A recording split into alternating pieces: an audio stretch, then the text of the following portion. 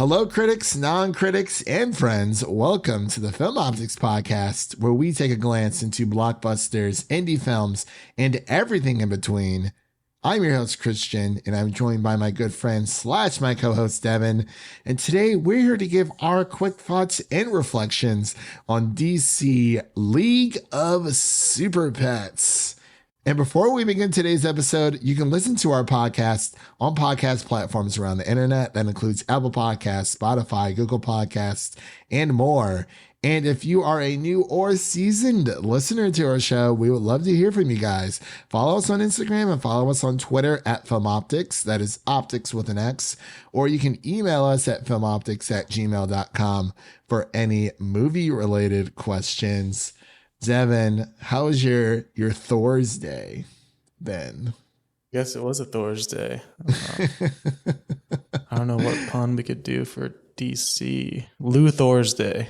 Lex Luthor's Day. Lex Luthor's Day. I like that. So it's come to my attention really quick that the chocolate taco, like ice cream. Choco Taco. The Choco Taco is being discontinued. I don't think I ever had it, to be honest. Was never a go-to. I've definitely had it before, but I can't remember when, but it's definitely been a part of my kid repertoire snack thing. I just think I was always more of a chocolate, the chocolate, what were they called? The ones that had like the chocolate crumbles on it.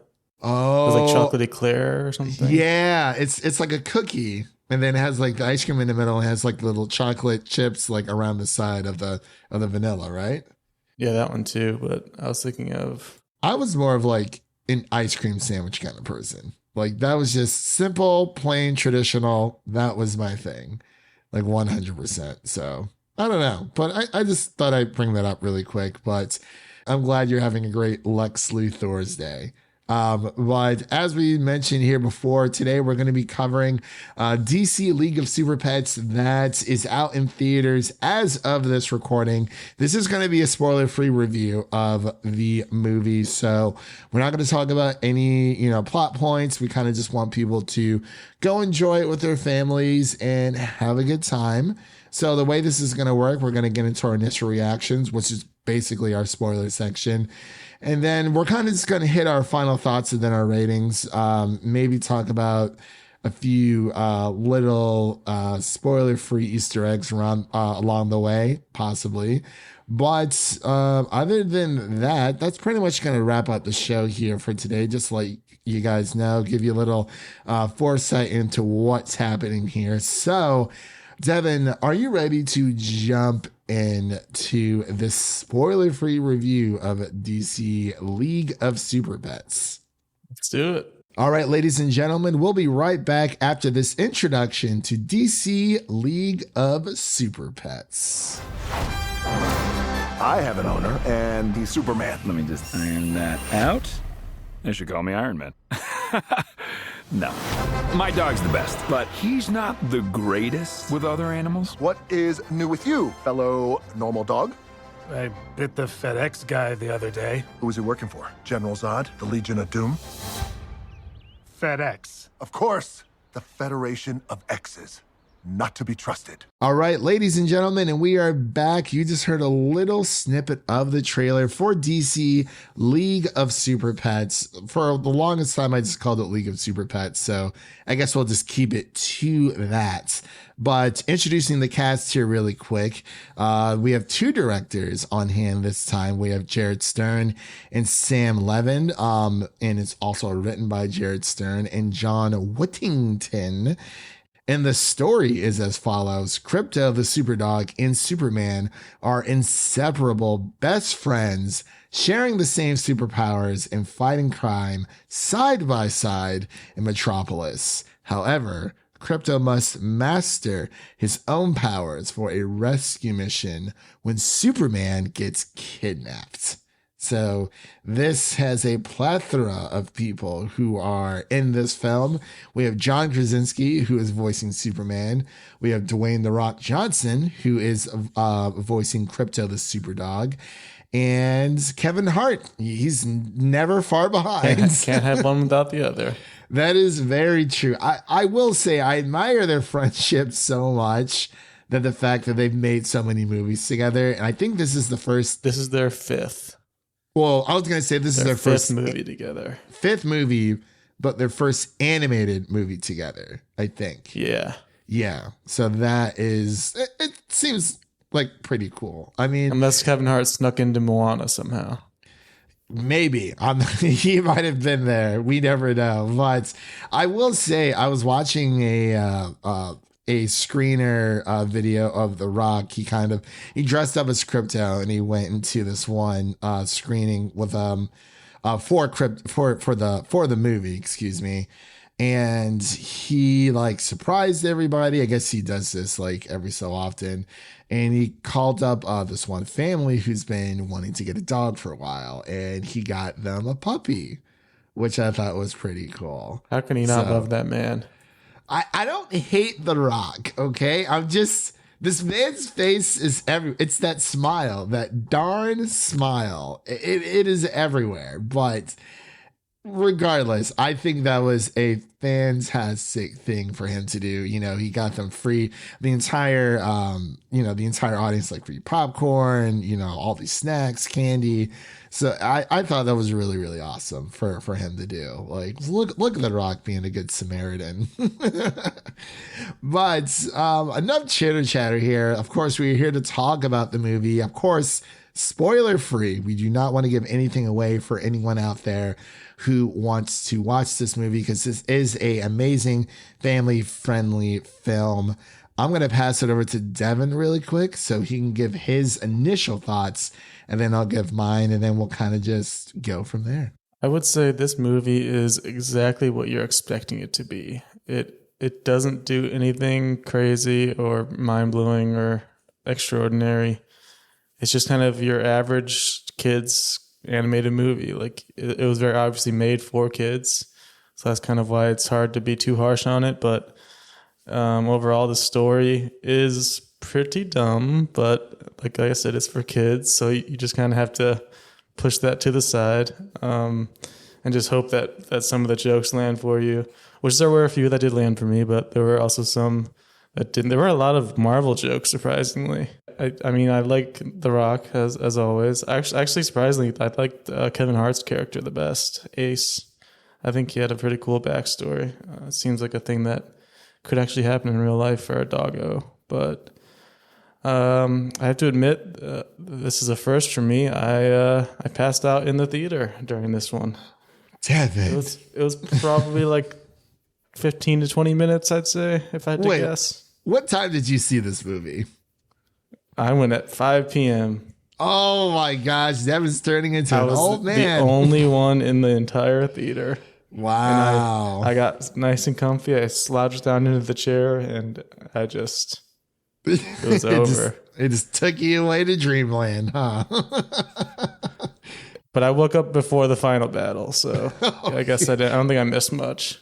So, for me, when it comes to the initial reactions, I did enjoy this movie as a kid's movie, as a family-friendly movie. It is fantastic. Like Devin said, it's, you know, you're getting exactly what you expect from this. You know, this is about a group of super pets who go to save Superman and, you know, his friends, the rest of the Justice League.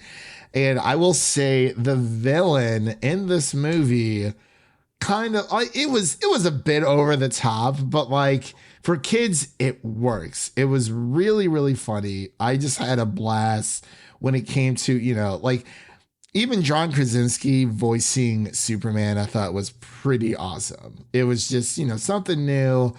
And, you know, of course, like you said, The Rock and Kevin Hart, you know, being in this movie together, along with the other pets, I thought everyone had like really great chemistry. You know, this is not a movie that you go and like taking seriously whatsoever. When it comes to DC's animated movies, I tend to actually like them a lot. You know, with Lego Batman being one of them. And of course, Teen Titans Go to the Movies was probably still is my favorite like DC animated like theatrical experience because, you know, within that movie, much like this is a bunch of Marvel jokes. I will say for DC League of Super Pets, there are a few, I will just say there is a character that kind of, I'm surprised that they let a certain character say certain things in this movie, even though it is censored, but it is in Referring all to Merton the Turtle, aren't you? Yes, I was cracking up because I'm like, Voiced by the great Natasha Lyonne. yes, she killed probably my favorite character in the entire movie. But I will say that's all I want to say. I was just very shocked that they put that into a kid's movie. But when I went to see this I went to a screening early last week, you know, like I think I said in one of the other episodes, they gave us like free capes and stuff and a free poster.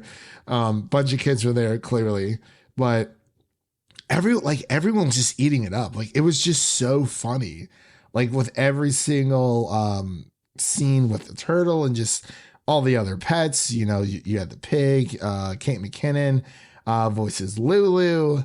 Of course, you know, we kind of talked about Jessica Hart already. We have Vanessa Bayer playing PB. And then, like you said, Natasha Lyonne. She was clearly like, I think she had the most fun with that movie. But of course. Her and also Keith and Mark.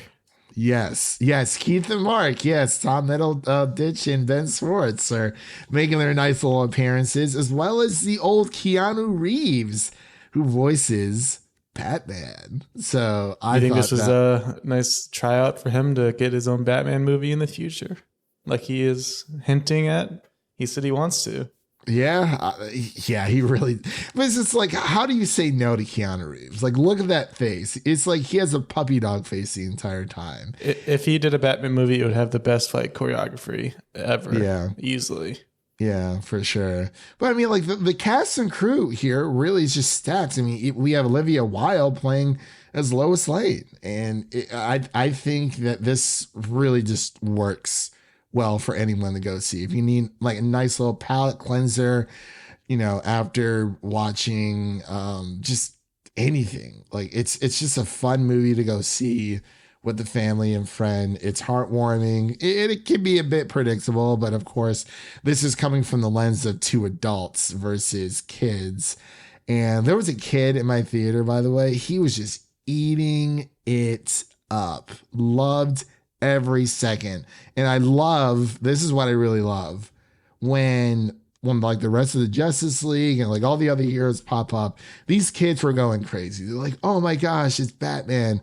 Oh my gosh, it's Lois Lane. You know, it's Wonder Woman. Like they were just happy to see their favorite heroes on screen. And it was, and a non-problematic Flash.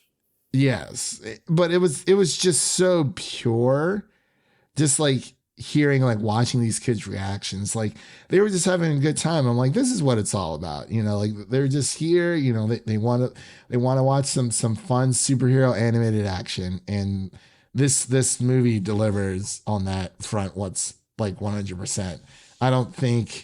I think it is actually a good kids movie as well. Like this isn't just like some sour attempt. Like I guess Space Jam 2 didn't really work for me. Of course, you know, I'm not necessarily the target audience, but then again, I would say that I am, because I grew up with LeBron James.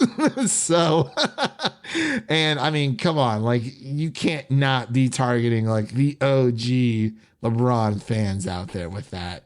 But yeah, that's just my 2 cents on this movie overall. I really just enjoyed it. The comedy is great. You know, it is pure fun. And that is all I can ask from this. Like in general, the villain, fantastic. You know, it's, I wish I could say more, but you know, we're kind of constrained for that. But I want to pass it back over to Devin if he had anything else he wanted to mention before we get into our final thoughts and our ratings. Yeah, I didn't have much else to add. I did not stay for the post credits, but I did look up what it was, and it's two. It's cute.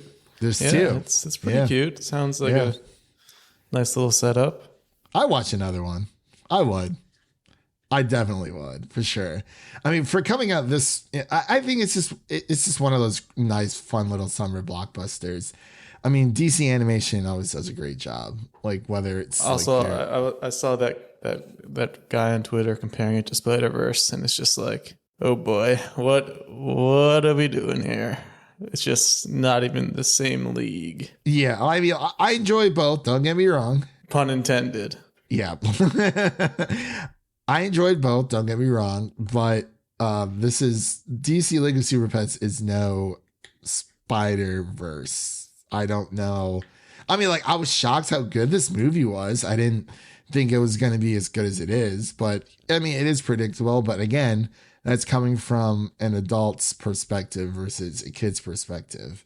You know, there's nice little twists throughout here. Multiple villains show up, and it kind of just shows a different side of Superman. We don't really get a Krypto super dog kind of situation. You know, he doesn't really make too much of an appearance.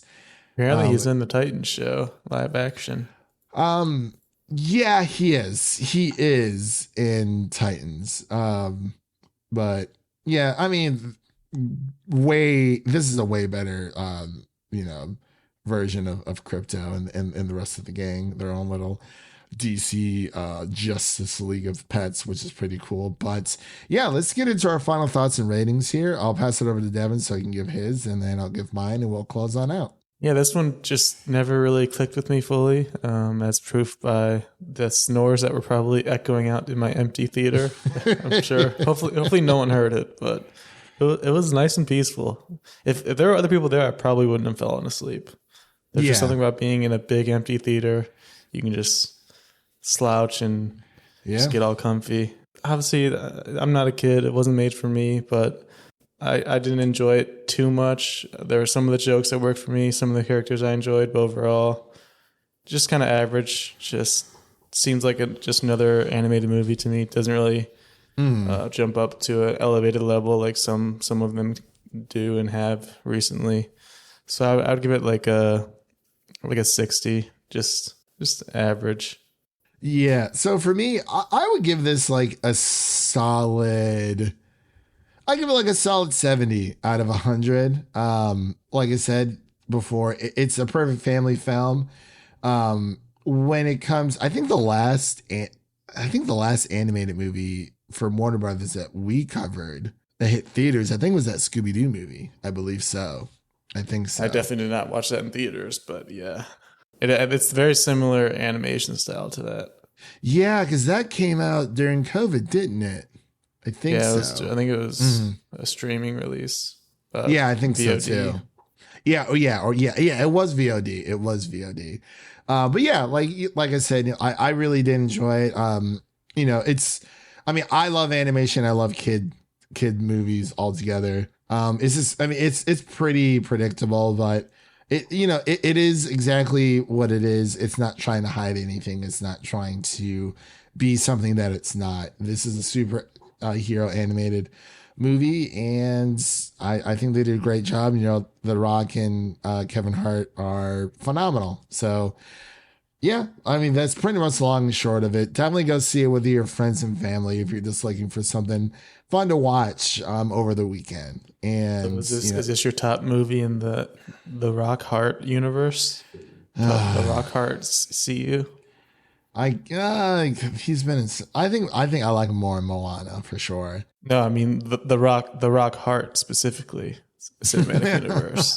Got to have both. Oh yeah, that's right. They've done oh my gosh. Well, they're in Jumanji together. What else were they? Yeah, in? both Jumanjis. The first one was Central Intelligence.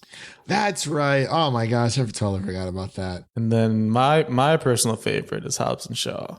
Oh yeah, Hobbs and Shaw was really good. I was very surprised by that. But yeah, so 70% from me, and Yeah, I mean, just go see it with your families. I think it's a blast for sure. So that pretty much concludes our episode here of DC League of Super Pets here on the Film Optix podcast. If you liked what you've heard here today, all we do is ask for you guys to subscribe to our podcast on your favorite podcast platform of your choice, and make sure to share an episode of our podcast with a friend, whether it be your mother, your brother, your lover, whoever it may be. Make sure to share an episode of the Film Optix podcast with the movie lover in need. So really quick, what's coming up on the podcast? As of this recording, our Prey review will be dropping August 3rd. I thought it was on the 4th, but we can actually release it on the 3rd. And make sure to check out our Nope review, Jordan Peele's latest thriller that is out on the podcast now, as well as our San Diego Comic-Con 2022 recap episode, and capping out with our Avatar The Last Airbender Book 1 Water series revisited review. So definitely keep a lookout for more fun things coming up in the future. Like I said, we have Prey coming up. We might be covering Bodies, and or Bullet Train. We'll just have to wait and see, but definitely just follow us on Instagram and or Twitter at Film Optix. Again, that's Optix with an X. So with all that said, we hope you have a wonderful day, and we will see you guys next time. And that's a wrap for today. Thank you all for listening. And if you enjoy the show, leave us a 5-star rating and review on Apple Podcasts and Spotify. And follow us on Instagram and Twitter to stay in the know. That was Devin. My name is Christian. We'll see you guys in the next one.